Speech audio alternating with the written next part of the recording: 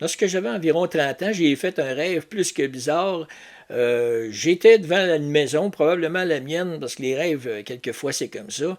Je suis dans une rue que je connais pas et je vois venir la Batmobile au loin. Évidemment, quand la Batmobile s'immobilise devant moi, puis ça, c'est le modèle 80, du film 1989, donc il n'y a pas de portière, c'est le toit qui glisse vers l'avant. Puis lorsque le toit a glissé, on s'attend de voir Batman, évidemment. Non, non, non, non, pas moi.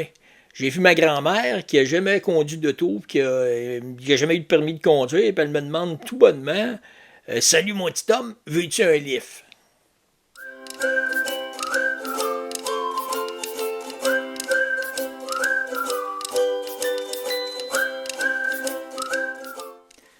Bonjour et bienvenue à Ça pas d'allure, mon nom est Steph. Et aujourd'hui, je vous parle justement des rêves, l'étrange. Pourquoi les rêves sont si étranges? Oui, je peux comprendre qu'on ne contrôle pas parce que c'est l'inconscient, c'est ça, on peut le comprendre. Inconscient à comprendre.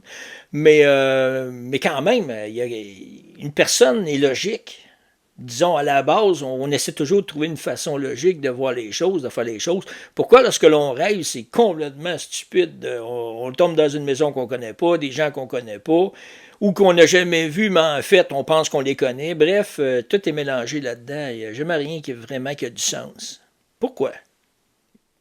On s'est tous posé cette question-là au moins une fois dans notre vie. C'est sûr qu'il y a des gens qui s'achètent des livres sur l'interprétation des rêves et pensent trouver des réponses là-dedans. J'ai une amie qui m'a déjà prêté le sien, puis j'ai rien trouvé comme réponse là-dedans, en tout cas rien de plausible.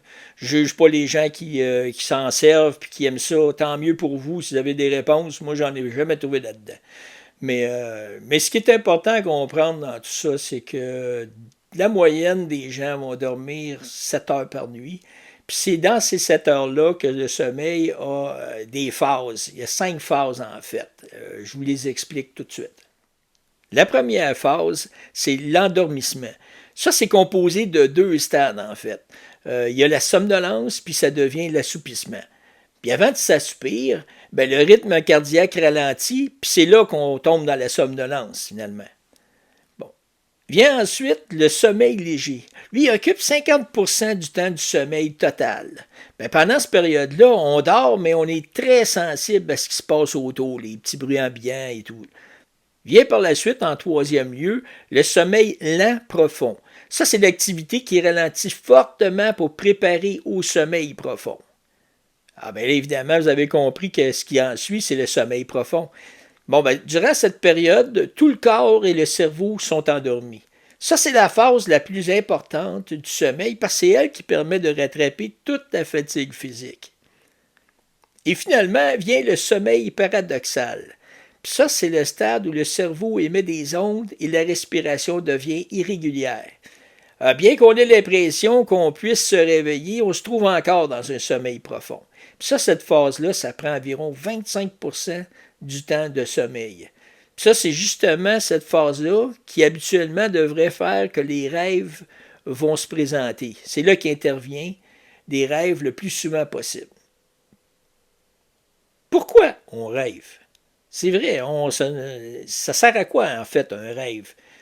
Il me semble que si tu veux dormir, le sommeil, tu n'as besoin, c'est réparateur, ça serait bien de pouvoir se reposer sans rêver à des conneries, je ne sais pas, justement comme la Batmobile, ou pire encore, les gens qui vont rêver des monstres, des zombies, des aliens qui viennent te chercher pendant la nuit, puis bref, il y a une grosse gamme de ces conneries-là qui fait que, me semble que ça fait que le sommeil n'est pas aussi bon. Et si maintenant on se penchait sur le côté scientifique de la chose, parce que là, si on veut une réponse, à un moment donné, il faut essayer de voir ça avec des personnes qui ont les outils pour le faire, et les personnes qui ont les connaissances également pour le faire.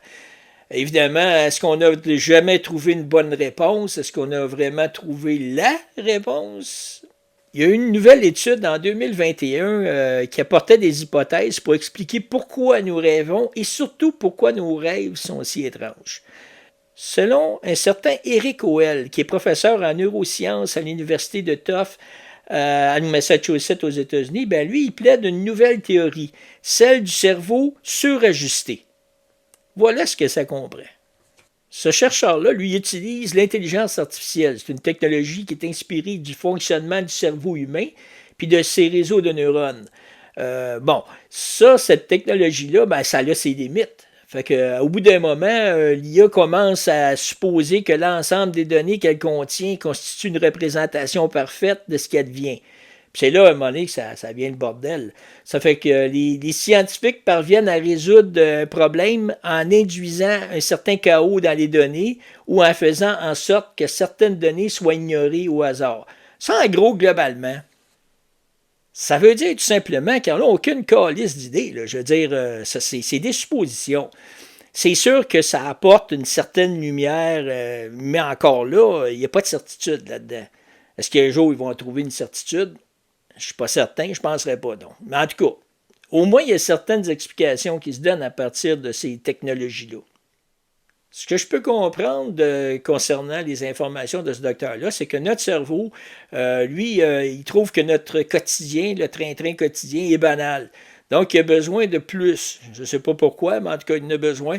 Donc, lui, le cerveau, là, il va s'inventer des histoires. C'est ça qui se passe la nuit. Il s'invente des histoires pour que, justement, notre vie soit moins banale. En fait, le point qu'apporte le docteur a bien du sens, parce que si on y pense comme il faut, pourquoi on écoute des films, on écoute de la musique, puis on voyage dans notre tête?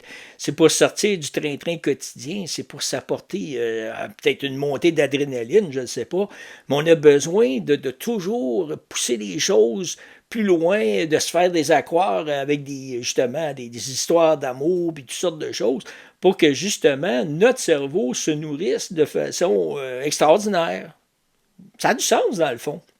C'est certain que cette petite vidéo-là n'apporte pas vraiment de lumière sur l'histoire. Je veux dire, c'est parce que ça demeure toujours des suppositions.